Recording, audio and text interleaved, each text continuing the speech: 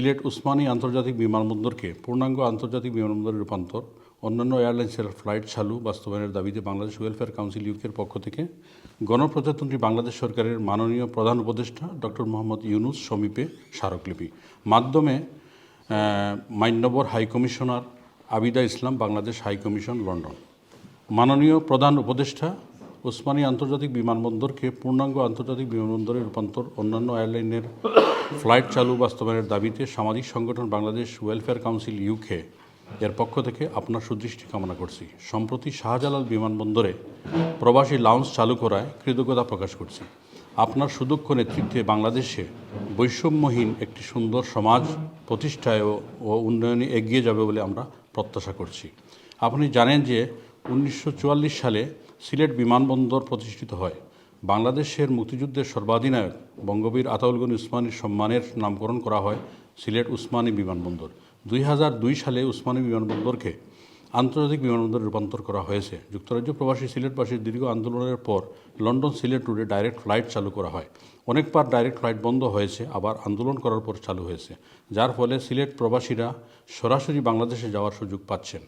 বাংলাদেশও আর্থিকভাবে লাভবান হচ্ছে। উসমানী আন্তর্জাতিক বিমানবন্দর নামে আন্তর্জাতিক হলেও এখনও আন্তর্জাতিক হয়নি, কারণ একমাত্র বিমান ছাড়া অন্য কোনো এয়ারলাইন্সকে উসমানীতে নামতে দেওয়া হচ্ছে না। অথচ চট্টগ্রামের শাহ আমানত আন্তর্জাতিক বিমানবন্দরে প্রতি সপ্তাহে বিমান ভাড়া ছাড়াও 60টি বিদেশি এয়ারলাইন্সের ফ্লাইট ওঠানামা করছে। বাংলাদেশ সরকার ও সিভিল এভিয়েশন অথরিটি সিলেটবাসীর সাথে ইচ্ছাকৃতভাবে বৈষম্যমূলক আচরণ করছে। বাংলাদেশ বিমানের শতকরা 95% যাত্রী সিলেট অঞ্চলের। বিমানের বেশিরভাগ যাত্রী সিলেটি হওয়ায় সিলেটিদের জিম্মি করে বিমানের রিটার্ন ভাড়া সিলেট পর্যন্ত কখনো 1500 পাউন্ড, কখনো 1200 পাউন্ড, কখনো 1800 পাউন্ড পর্যন্ত নির্ধারণ করা হয়ে থাকে। অথচ সমান ফ্লাইটে ঢাকার যাত্রীদের জন্য 800 পাউন্ড ভাড়া নেওয়া হয়। এটা প্রবাসী সিলেটবাসীর প্রতি আরেক বৈষম্য, যার ফলে যুক্তরাজ্য প্রবাসী সিলেটিরা ছেলেমেয়ে সহ পরিবারের সবাইকে নিয়ে একসাথে দেশে যেতে পারেন না।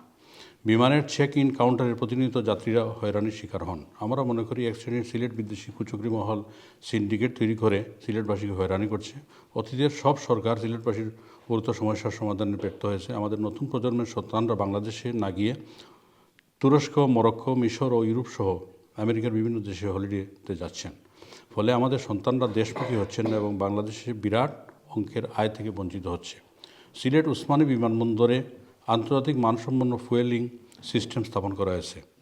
এছাড়াও পূর্ণাঙ্গ আন্তর্জাতিক মানের টার্মিনাল ভবন নির্মাণ, নিরবচ্ছিন্ন বিদ্যুৎ সরবরাহের জন্য পৃথক সাবস্টেশনও স্থাপন করা হয়েছে। নিরাপত্তার জন্য ফায়ার ফাইটিং সিস্টেম, যাত্রীদের জন্য অ্যাক্সেলেটর সহ অনেক কাজ হয়েছে। কার্গো হ্যান্ডেলিং ক্ষমতা 40,000 টন থেকে 1 লক্ষ টনে উন্নীত করা হয়েছে। 6 লাখ থেকে 20 লাখ যাত্রী সেবা প্রদানের ব্যবস্থা করা হয়েছে। বেসামরিক বিমান কর্তৃপক্ষের চেয়ারম্যান ও এয়ার ভাইস মার্শাল মঞ্জুর কবিরও ইতিমধ্যে সিলেট উসমানী বিমানবন্দর পরিদর্শন করেছেন। এবছরই অন্যান্য কার্যক্রম করার প্রয়োজনীয় পদক্ষেপ গ্রহণ করার চিন্তা করছেন। শুধুমাত্র সরকারের পক্ষ থেকে অন্যান্য এয়ারলাইন্স অবতরণের জন্য এয়ার স্পেস ওপেন স্কাই লাইসেন্সটি এখন পর্যন্ত ইস্যু করা হয়নি। এই লাইসেন্সটি প্রদান করা হলে অন্যান্য এয়ারলাইন্স অবতরণের ক্ষেত্রে কোনো বাধা থাকবে না। উসমানী বিমানবন্দরকে আধুনিক সুযোগ সুবিধা সহ পূর্ণাঙ্গ আন্তর্জাতিক বিমানবন্দরে রূপান্তর করা, বাংলাদেশের জাতীয় এয়ারলাইন বিমান বাংলাদেশের পাশাপাশি অন্যান্য এয়ারলাইন্সের ফ্লাইট চালু করার জন্য আমরা জোর দাবি জানাচ্ছি। বাংলাদেশ বিমানের ভাড়া হ্রাস করা এবং ঢাকা ও সিলেটের মধ্যে বিমানের ভাড়ার পার্থক্য দূর করা, উসমানী বিমানবন্দর এবং শাহজালাল আন্তর্জাতিক বিমানবন্দরে কাস্টমস ও ইমিগ্রেশন সেকশনে প্রবাসী যাত্রীদের অহেতুক হয়রানি বন্ধ করার জোর দাবি জানাচ্ছি। বৈষম্য বিরোধী আন্দোলনের মাধ্যমে অর্জিত স্বাধীনতাকে কাজে লাগাতে প্রবাসীদের সক্রিয়ভাবে অংশগ্রহণ এবং অন্তর্বর্তী সরকারের প্রবাসী প্রতিনিধি থাকাও আমরা সময়ের দাবি বলে মনে করি।